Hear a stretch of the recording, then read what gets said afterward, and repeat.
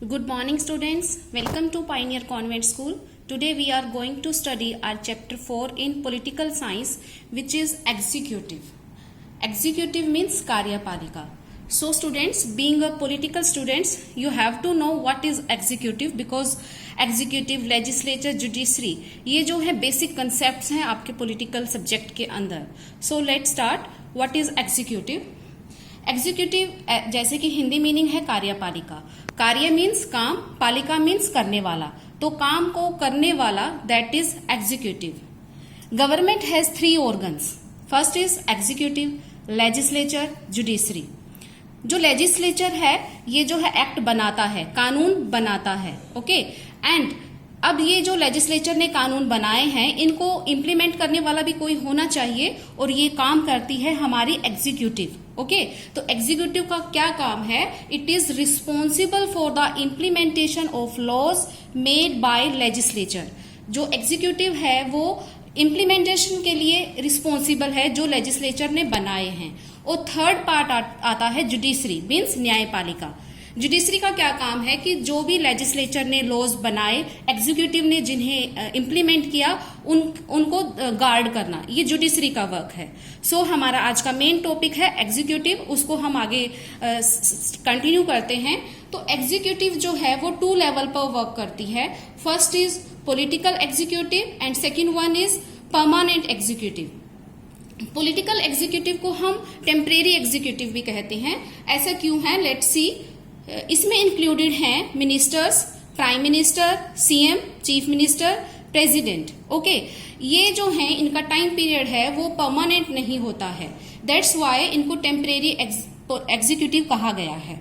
Because every 5 year, after every 5 year ये जो government है वो चेंज होती रहती हैं और ये पॉलिसी मेकर्स होते हैं. यानी कि जितने भी हमारी कंट्री के अंदर जो भी लॉ एंड रेगुलेशंस इंप्लीमेंट होते हैं वो ये पॉलिटिकल एग्जीक्यूटिव ही क्रिएट करती है. अब इनकी हेल्प के लिए यानी कि पॉलिटिकल एग्जीक्यूटिव की हेल्प के लिए परमानेंट एग्जीक्यूटिव होते हैं जिनमें ऑफिसर्स इंक्लूडेड होते हैं. ये जो हैं जो एक्ट्स बनाए जाते हैं, जो लॉज बनाए जाते हैं, उनका फ्रेमवर्क तैयार करते हैं, उनको ड्राफ्ट करने में हेल्प करते हैं पॉलिटिकल एग्जीक्यूटिव की. And day to day administration को भी ये लोग इम्प्लीमेंट करते हैं. ये जो ऑफिसर्स होते हैं जैसे आईएएस ऑफिसर्स, आईपीएस ऑफिसर, ये क्या करते हैं? ये कभी अपने आप से कोई लॉ क्रिएट नहीं करते हैं. ये हेल्प करते हैं पॉलिटिकल एग्जीक्यूटिव की जो भी लॉ एंड रेगुलेशन को इम्प्लीमेंट करने के लिए. अब जो भी हमने अभी तक स्टडी किया है उसको हम सम अप कैसे करेंगे? हमने फर्स्ट स्टडी किया कि व्हाट इज एन एग्जीक्यूटिव. तो एग्जीक्यूटिव क्या है? It is the branch of a government responsible for putting plans और लॉज इनटू इफेक्ट. ये एक ऐसी ब्रांच है गवर्नमेंट की या गवर्नमेंट का एक ऐसा बॉडी है जो रिस्पॉन्सिबल है प्लान्स और लॉज को इफेक्ट में लाने के लिए. अब ये जो हमने स्टडी किया है पॉलिटिकल एंड परमानेंट एग्जीक्यूटिव, ये क्या है कि इसको अंडरस्टैंड करने के लिए हम इस तरीके से कर सकते हैं कि लीडर्स विल मेक पॉलिसी. जो लीडर्स हैं वो पॉलिसी बनाएंगे and the officers will implement it. और ये जो ऑफिसर्स हैं वो पॉलिटिकल एग्जीक्यूटिव को हेल्प करेंगे इन लॉज को इम्प्लीमेंट करने के लिए. नेक्स्ट आता है हमारा टाइप्स ऑफ एग्जीक्यूटिव. मेनली हम यहाँ पर पॉलिटिकल एग्जीक्यूटिव की बात कर रहे हैं कि पॉलिटिकल एग्जीक्यूटिव के कितने टाइप्स होते हैं. या फिर आपके एग्जाम में क्वेश्चन इस टाइप से भी आ सकता है कि which are the forms of government. ठीक है, यानी कि गवर्नमेंट की फॉर्म कौन कौन सी हैं. तो पॉलिटिकल एग्जीक्यूटिव के टाइप हम देखते हैं. फर्स्ट जो है कलेक्टिव लीडरशिप पर बेस्ड है एंड सेकंड जो है इंडिविजुअल लीडरशिप पर बेस्ड है. कलेक्टिव लीडरशिप के अंदर 2 टाइप पाए जाते हैं. First is parliamentary system and second one is semi presidential system. Let's see what is parliamentary system. Parliamentary system यानी कि संसदीय शासन प्रणाली. ठीक है, इस यहाँ पर जो है there is found a close relationship between legislature and executive. यहाँ पर लेजिस्लेचर एंड एग्जीक्यूटिव के बीच में एक क्लोज रिलेशनशिप पाया जाता है. जो भी एग्जीक्यूटिव करती है वर्क वो अकाउंटेबल होती है लेजिस्लेचर के लिए. यानी कि एग्जीक्यूटिव के मेंबर्स रिस्पॉन्सिबल होते हैं लेजिस्लेचर के लिए. एग्जीक्यूटिव जो हैं उनसे लेजिस्लेचर मेंबर्स एग्जीक्यूटिव से क्वेश्चंस पुट करते हैं हैं और उनको रिप्लाई करना होता है लेजिस्लेचर मेंबर को। सो यहाँ पर जो है एक क्लोज रिलेशनशिप पाया जाता है बिटवीन लेजिस्लेचर एंड एग्जीक्यूटिव। ये मेन पॉइंट है पार्लियामेंट्री सिस्टम को समझने के लिए। ओके, नेक्स्ट हम स्टडी करेंगे कि पार्लियामेंट्री सिस्टम में 2 टाइप के हेड पाए जाते हैं। एक पाया जाता है हेड ऑफ गवर्नमेंट, ठीक है, उसे पीएम बोलते हैं यानी कि प्राइम मिनिस्टर, या फिर लीडर ऑफ मेजोरिटी पार्टी यानी कि मेजोरिटी पार्टी का जो लीडर होता है उसे as a prime minister appoint किया जाता है। और उसके पास पाई जाती हैं रियल पावर्स, उसे रियल हेड भी कहा जाता है। ऐसा क्यों है, हम इसको अंडरस्टैंड करेंगे आगे। जैसे मैंने आपको बताया है कि 2 टाइप के हेड पाए जाते हैं। One is head of government जिसे प्राइम मिनिस्टर कहा जाता है, and second is head of state, जिसे कि ये जो हेड ऑफ स्टेट है ये 2 टाइप के हो सकते हैं। या तो वो मोनार्क होगा, मोनार्क मतलब राजा या रानी, जैसा कि ब्रिटेन में पाया जाता है, या फिर हेड ऑफ द स्टेट हो सकता है प्रेसिडेंट, जो पार्लियामेंट्री रिपब्लिक में पाया जाता है, जैसे कि हमारे इंडिया के अंदर पार्लियामेंट्री रिपब्लिक पाया जाता है। ठीक है, तो 2 टाइप के हेड हैं, head of government prime minister and head of state कोई मोनार्क या फिर प्रेसिडेंट होता है। अब क्या है जो मेन बात है पार्लियामेंट्री सिस्टम के अंदर, वो ये है कि जो हेड ऑफ द स्टेट होता है उसके पास सिर्फ नॉमिनल पावर्स होती हैं, यानी कि नाम मात्र की शक्तियां, और उनको एक्चुअली में वास्तव में कौन यूज करता है, हमारे प्राइम मिनिस्टर। ओके, और ये पार्लियामेंट्री सिस्टम पाया जाता है in India and Canada etcetera. और पार्लियामेंट्री सिस्टम को कैबिनेट गवर्नमेंट या फिर रिस्पॉन्सिबल गवर्नमेंट भी कहा जाता है। तो मेनली हमने क्या सीखा पार्लियामेंट में कि यहाँ पर एक क्लोज रिलेशनशिप होगा बिटवीन लेजिस्लेचर एंड एग्जीक्यूटिव के बीच में, और 2 टाइप के हेड होंगे। एक होगा हेड ऑफ गवर्नमेंट जिसे हम प्राइम मिनिस्टर कहते हैं, और एक होता है हेड ऑफ द स्टेट, या तो वो मोनार्क होगा राजा या रानी, या फिर वो प्रेसिडेंट होगा। ठीक है, नेक्स्ट हमारा आता है type semi presidential system. Semi presidential system में क्या होता है कि head of the state president, and president appoint करता है प्राइम मिनिस्टर को as a head of government. अब आप ये सोचोगे कि इन दोनों के अंदर क्या डिफरेंस है, तो मेनली डिफरेंस यही है कि पार्लियामेंट्री सिस्टम के अंदर इनडायरेक्टली प्रेसिडेंट को इलेक्ट किया जाता है। हमारे इंडिया में क्या आपने कभी देखा है कि हमने कभी ये कहा हो कि हम प्रेसिडेंट के इलेक्शन में वोटिंग के लिए जा रहे हैं, हम एमएलएस की वोटिंग के लिए जाते हैं, हम एमपीज की वोटिंग के लिए जाते हैं, जो हमारे प्रेसिडेंट है वो इनडायरेक्टली इलेक्ट होते हैं। But in semi presidential system president is elected by the people directly. यहाँ पर डायरेक्टली जो है प्रेसिडेंट को इलेक्ट किया जाता है, और यहाँ पर जो पावर है वो जैसे कि नाम से ही पता चल रहा है सेमी प्रेसिडेंशियल, यानी कि हाफ पावर होती हैं, आधी प्रेसिडेंट के पास एंड हाफ प्राइम मिनिस्टर के पास। और ये सेमी प्रेसिडेंशियल सिस्टम पाया जाता है in Sri Lanka, France, Russia. And special बात ये भी है कि डे टू डे जो एडमिनिस्ट्रेशन होता है उसको भी लुक आउट करता है यहाँ पर प्रेसिडेंट। ओके, तो ये था, this was all about semi presidential system. Now next presidential system. Presidential system based है इंडिविजुअल लीडरशिप पर। जब कभी भी प्रेसिडेंशियल सिस्टम की बात आती है तो हमारे सामने, हमारे माइंड में एक ही नेम आता है, और वो है यूएसए, मीन्स अमेरिका। अमेरिका के अंदर ये सिस्टम पाया जाता है मेनली।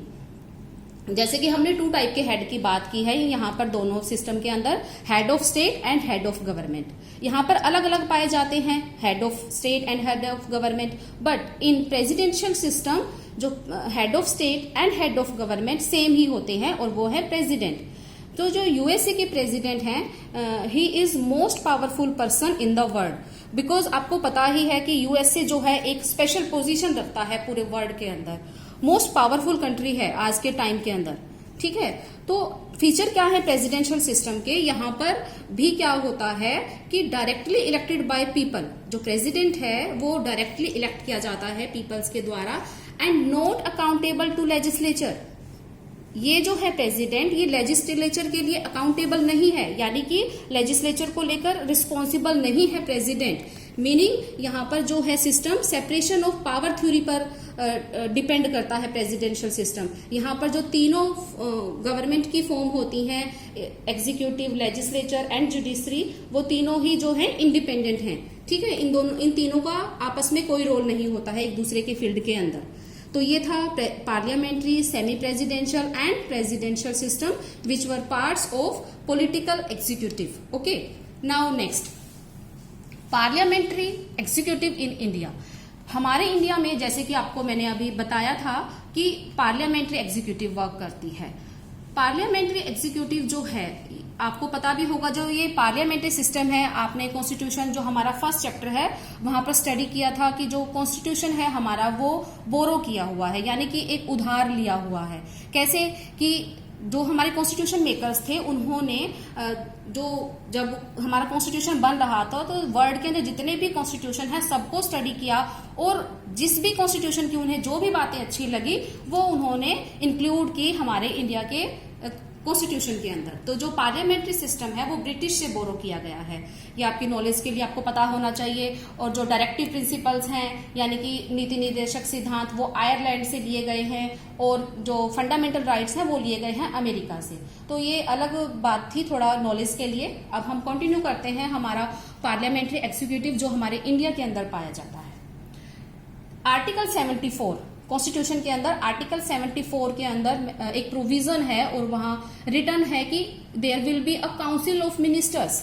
एक काउंसिल ऑफ मिनिस्टर्स होगा और उनका हेड होगा prime minister. Okay, and the constitution of India vest the executive powers formally in the president. Constitution के जितनी भी पावर्स हैं वो फॉर्मली यानी कि औपचारिक रूप से किसके अंडर होंगी? Under president.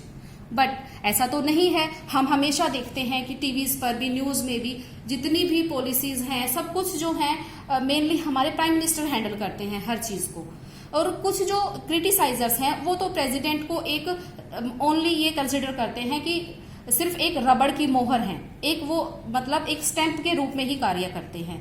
तो रियलिटी क्या है इस चीज को अंडरस्टैंड करेंगे। वैसे तो कॉन्स्टिट्यूशन ने पावर किसको दी है? प्रेसिडेंट को। बट प्रेसिडेंट का हैंड फ्री नहीं है कि वो अपनी मर्जी से मतलब कि किसी भी पावर को यूज करे। रियलिटी क्या है कि president exercises powers through the council of ministers headed by PM, यानी कि प्राइम मिनिस्टर। जो प्रेसिडेंट है वो पावर्स को तभी यूज कर सकता है किसकी एडवाइस पर? Over the advice of council of ministers, जिसके हेड होंगे हमारे प्राइम मिनिस्टर। ठीक है, तो सारे के सारे पावर यानी कि रियलिटी में किसके पास आ गई? प्राइम मिनिस्टर के पास। ओके, तो ये सिर्फ शो के लिए है कि प्रेसिडेंट के पास सभी कॉन्स्टिट्यूशनल पावर हैं, but in reality prime minister enjoy करते हैं सभी पावर्स को through the council of ministers, जिसके वो हेड होते हैं। नाउ अब ऐसा नहीं है कि प्रेसिडेंट जो है सिर्फ एक रबड़ की स्टैंप ही है।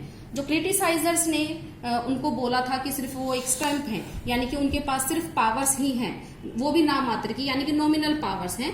ऐसा नहीं है। कुछ पावर्स को हम डिस्कस करेंगे जो कि जिनके ऊपर काफी होल्ड होता है प्रेसिडेंट का। फर्स्ट क्या है? Right to be inform.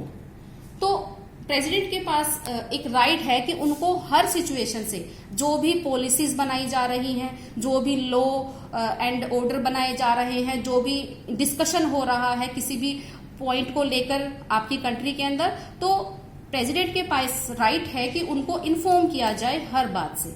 Second है can ask council of ministers to reconsider decision. अब देखो कोई भी बिल है जब वो प्रेसिडेंट के पास आता है और वो अपने साइन करते हैं उसके बाद ही वो एक्ट बन पाता है। अब बिल क्या होता है आप समझ गए होंगे कि बिल वो चीज है जिसमें जो कि देखो जो लॉज बनते हैं, जब लॉज बनने से पहले उनको किसी भी हाउस में प्रेजेंट किया जाता है तो लॉ बनने से पहले उन्हें बिल कहा जाता है, वो एक्ट नहीं कहे जाते हैं।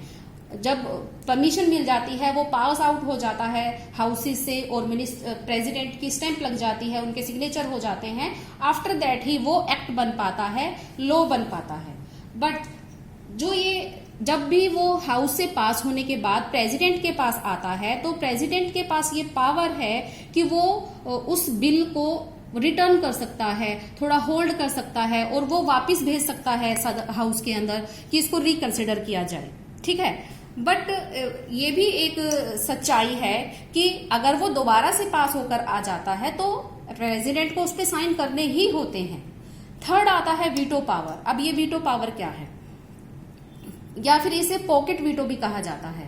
ये एक्चुअली वो कंडीशन है जब बिल आता है प्रेसिडेंट के पास तो रिकंसिडर के लिए भेज सकते हैं प्रेसिडेंट, बट अगर वो दोबारा से आ जाता है साइन होकर तो प्रेसिडेंट को उस पर साइन करने ही होते हैं। बट कॉन्स्टिट्यूशन के अंदर ये चीज मेंशन नहीं है कहीं पर भी कि कितने टाइम के अंदर उनको वो साइन करके भेजना ही भेजना है। कई बार क्या होता है कि जो प्रेसिडेंट हैं वो होल्ड करके रख लेते हैं उस बिल को, ठीक है, तो वो बिल नहीं बन पाता है। इसका एक एग्जाम्पल है 1984 के अंदर जब हमारे प्रेसिडेंट थे यानी जेल सिंह जी, ठीक है, तो उनके पास एक बिल आया लेकिन उन्होंने उसे होल्ड पर रख लिया, उस पर साइन नहीं किए और काफी समय तक वो ऐसे ही रहा। उसके बाद क्या हुआ कि नेक्स्ट प्रेसिडेंट आए वेंकटा रमन, जब उनके पास उनको वो बिल देखने को मिला तो उन्होंने दोबारा से रिकंसिडर के लिए भेजा और वो बिल जो है एक्ट बन ही नहीं पाया क्योंकि गवर्नमेंट ही चेंज हो गई थी। तो ये जो है यानी कि लेजिस्लेचर के चाहते हुए भी वो लोग प्रेसिडेंट की वीटो पावर के कारण उसे एक्ट नहीं बना पाए, उसे मतलब कि कानून नहीं बना पाए। तो ये एक पॉकेट वीटो पावर जो प्रेसिडेंट की है इसे बहुत इंपॉर्टेंट माना जाता है। नेक्स्ट आता है role in choosing the PM. देखो प्राइम मिनिस्टर को अपॉइंट कौन करता है? प्रेसिडेंट, बट ये नहीं है कि वो किसी को भी प्राइम मिनिस्टर अपॉइंट कर देंगे। एक्चुअली लीडर जो होता है, मेजोरिटी पावर होती है जिसके पास लोकसभा की, उसी को ही president as a prime minister appoint करते हैं। बट आपने देखा होगा कि 1980 के बाद और 2014 से पहले किसी भी पार्टी को पूर्ण बहुमत या फिर मेजोरिटी नहीं मिली। उस टाइम पर क्या होता है, अलायंसेस गवर्नमेंट बनती हैं, तो हर अलायंस ये कहता है कि हमारे पास मेजोरिटी है, हमें अपना पीएम बनाना है। उस कंडीशन के अंदर जो प्रेसिडेंट होते हैं वो किसी भी अलायंस के लीडर को जिस पर उन्हें बिलीव होता है कि ये जो है मेजोरिटी गेन कर सकते हैं, तो वो उसे इनवाइट कर सकते हैं गवर्नमेंट को फॉर्म करने के लिए। तो यहाँ पर इंपॉर्टेंट रोल हो जाता है प्रेसिडेंट का पीएम को चूज करने में। नेक्स्ट आता है प्राइम मिनिस्टर। प्राइम मिनिस्टर को हम यहाँ स्टडी करेंगे, जैसा कि हमने पहले भी स्टडी कर लिया है कि एक रियल एग्जीक्यूटिव के रूप में काम करते हैं प्राइम मिनिस्टर। हमारी कंट्री के अंदर स्पेशली इन इंडिया जितनी भी कॉन्स्टिट्यूशनल पावर प्रेसिडेंट को दी गई है, रियल में एक्चुअली में उनको प्राइम मिनिस्टर जो है वो इंजॉय करते हैं। तो उनके पावर्स एंड फंक्शंस को स्टडी करेंगे। फर्स्ट आता है leader of cabinet. Prime minister leader of cabinet माने गए हैं। ऐसा क्यों है? बिकॉज देखो, जब भी प्रेसिडेंट अपॉइंट करते हैं प्राइम मिनिस्टर को और प्राइम मिनिस्टर बनते ही सबसे पहले उनका काम होता है formation of the council of ministers. वो फॉर्मेशन करते हैं काउंसिल ऑफ मिनिस्टर्स की, यानी कि अपनी कैबिनेट बनाते हैं। उसके बाद आता है नेक्स्ट एलोकेशन ऑफ पोर्टफोलियोज। वो पोर्टफोलियोज जो हैं वो डिवाइड करते हैं लीडर्स के अंदर। पोर्टफोलियोज मतलब कि कौन सा विभाग, कौन सा डिपार्टमेंट किसे देना है, जैसे हाउस मिनिस्ट्री किसको देनी है, होम मिनिस्ट्री किसको देनी है, फाइनेंस डिपार्टमेंट किसके पास जाएगा, डिफेंस मिनिस्टर कौन होंगे, तो वो अलाउड करते हैं portfolios among the ministers. Next आता है chairman of the cabinet. Cabinet के हेड होते हैं, चेयरमैन होते हैं कौन? हमारे प्राइम मिनिस्टर, और ये बहुत इंपॉर्टेंट पोजीशन है उनकी। नेक्स्ट आता है रिमूवल ऑफ द मिनिस्टर। तो जैसे कि मैंने आपको बताया है, आई टोल्ड यू कि मिनिस्टर्स के अंदर पोर्टफोलियोज डिवाइड करते हैं हमारे प्राइम मिनिस्टर, बट जब चाहे वो किसी भी मिनिस्टर को उनके पोस्ट से हटा सकते हैं या फिर उनके डिपार्टमेंट को इंटरचेंज भी कर सकते हैं प्राइम मिनिस्टर। ये पावर किसके पास है? प्राइम मिनिस्टर के पास। वो प्रेसिडेंट को एडवाइस करेंगे कि इस मिनिस्टर को रिमूव करना है और प्राइम मिनिस्टर की एडवाइस पर प्रेसिडेंट उन्हें रिमूव कर सकते हैं किसी भी मिनिस्टर को अपनी काउंसिल ऑफ मिनिस्टर से। नेक्स्ट आता है principal adviser of the president. President के प्रिंसिपल यानी कि मुख्य सलाहकार होते हैं कौन? हमारे प्राइम मिनिस्टर। जो आपने टीवीज पर भी देखा होगा कि प्रेसिडेंट और प्राइम मिनिस्टर की मीटिंग्स होती रहती हैं और इन मीटिंग्स के अंदर इंपॉर्टेंट डिस्कशंस किए जाते हैं। तो प्रिंसिपल एडवाइजर होते हैं, यानी कि प्रेसिडेंट को हर काम, ईच एंड एवरीथिंग किसकी सलाह पर करनी होती है? On the advice of prime minister. Next आता है third chief spokesman of the government, यानी कि मुख्य प्रवक्ता ऑफ द गवर्नमेंट। आप टीवीज में न्यूज में देखते होंगे कि जितनी भी अनाउंसमेंट्स होती हैं वो अनाउंस करते हैं कौन, हमारे जो प्राइम मिनिस्टर होते हैं। जैसे आप अभी जो ये नोटबंदी हुई थी तो इसको किसने अनाउंस किया था टीवी पर, हमारे प्राइम मिनिस्टर ने। तो प्राइम मिनिस्टर जो होते हैं वो chief spokesman of the government होते हैं, जितनी भी पॉलिसीज होती हैं वही अनाउंस करते हैं। नेक्स्ट आता है leader of the parliament. Parliament के लीडर होते हैं हमारे प्राइम मिनिस्टर।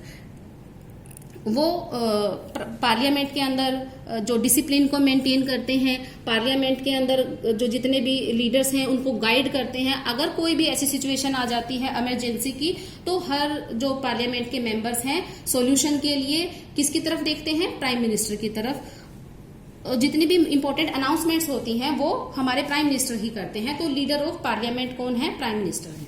नेक्स्ट आता है right to get Lok Sabha dissolved, यानी कि लोकसभा को कभी भी भंग कर सकते हैं कौन, प्राइम मिनिस्टर। इसका एक एग्जाम्पल है 13 मार्च 1991 में जब हमारे प्राइम मिनिस्टर थे मिस्टर चंद्रशेखर, तो उन्होंने उस टाइम के पर प्रेसिडेंट थे आर वेंकट रमन। तो उन्होंने प्रेसिडेंट को एडवाइस किया और उन्होंने 9वीं जो हमारी 9th लोकसभा थी उसको डिसॉल्व कर दिया, भंग कर दिया।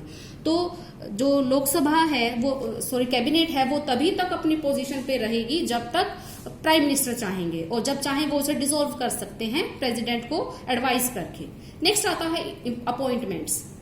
जो प्राइम मिनिस्टर हैं वो इंपॉर्टेंट अपॉइंटमेंट्स करते हैं, जैसे कि वैसे तो देखो ये जो पावर्स हैं आपके कॉन्स्टिट्यूशन के अंदर किसके अंडर लिखी गई हैं, प्रेसिडेंट के अंदर। जैसे कि स्टेट के governor, ambassador and supreme and high court के जो जजेस होते हैं उनको प्रेसिडेंट जो है अपॉइंट करते हैं। बट एक्चुअली ये बात मैं बार बार बता चुकी है, एक्चुअली ये प्रेसिडेंट जो होते हैं वो उनको काम करना पड़ता है according to advice of prime minister. तो इनडायरेक्टली ये सभी अपॉइंटमेंट्स कौन कर रहा है, हमारे प्राइम मिनिस्टर। नेक्स्ट आता है एज ए कोऑर्डिनेटर, यानी कि एक समन्वयक के रूप में काम करते हैं, कोऑर्डिनेटर के रूप में काम करते हैं। जितने भी विभाग होते हैं अगर उनके डिपार्टमेंट्स के अंदर कोई ना कोई डिस्प्यूट्स हो जाते हैं तो उनको सॉर्ट आउट करते हैं हमारे प्राइम मिनिस्टर, और उनकी यही कोशिश रहती है कि जितने भी उनकी कैबिनेट के मेंबर्स हैं सभी के अंदर जो है एक मतलब यूनिटी बनी रहे। अगर यूनिटी रहेगी तभी गवर्नमेंट जो है टाइम अपना निकाल सकती है लंबे पीरियड तक। नेक्स्ट आता है link between the president and the cabinet. जो प्राइम मिनिस्टर हैं वो एक लिंक के रूप में काम करते हैं between the president and cabinet. वो कैसे, जैसे कि मैंने आपको बताया था कि प्रेसिडेंट के पास राइट होता है हर चीज, राइट टू बी इन्फॉर्म्ड, यानी कि उनको हर बात की नॉलेज होनी चाहिए, इन्फॉर्मेशन होनी चाहिए कि क्या हो रहा है। अब ये जो प्रेसिडेंट है वो डायरेक्टली काउंसिल ऑफ मिनिस्टर्स या फिर कैबिनेट मिनिस्टर से बात नहीं कर सकते हैं। वो किससे इन्फॉर्मेशन लेते हैं, प्रेसिडेंट से, ठीक है। तो जो प्राइम मिनिस्टर हैं वो एज ए लिंक काम करते हैं between president and cabinet. Next है head of government. Head of government होते हैं हमारे प्राइम मिनिस्टर, क्योंकि जो बजट बनाया जाता है वो भी किसकी देखरेख के अंदर बनाया जाता है, उनको पता होना चाहिए हमारे प्राइम मिनिस्टर को। और जो भी इंटरनल एंड एक्सटर्नल पॉलिसीज